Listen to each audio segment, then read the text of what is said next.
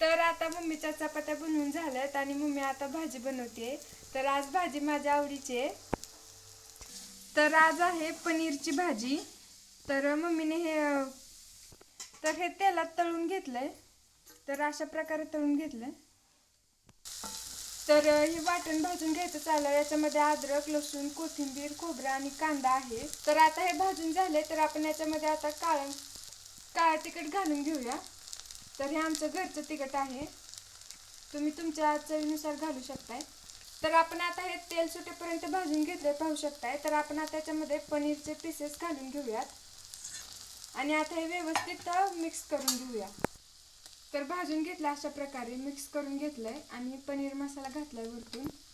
तर आता आपण याच्यामध्ये पाणी घालून घेऊया. आपल्या आवश्यकतेनुसार याच्यामध्ये पाणी घालून घेऊयात. तर आता गरजेनुसार पाणी घालून घेतले. चवीनुसार मीठ घालून घेऊयात. तर आता आपली भाजी तयार आहे.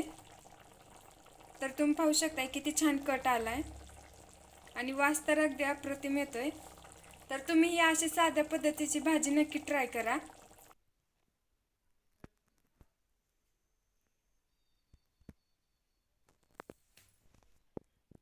तर व्हिडिओ आवडल्यास लाईक करा, चॅनलला सबस्क्राईब करा.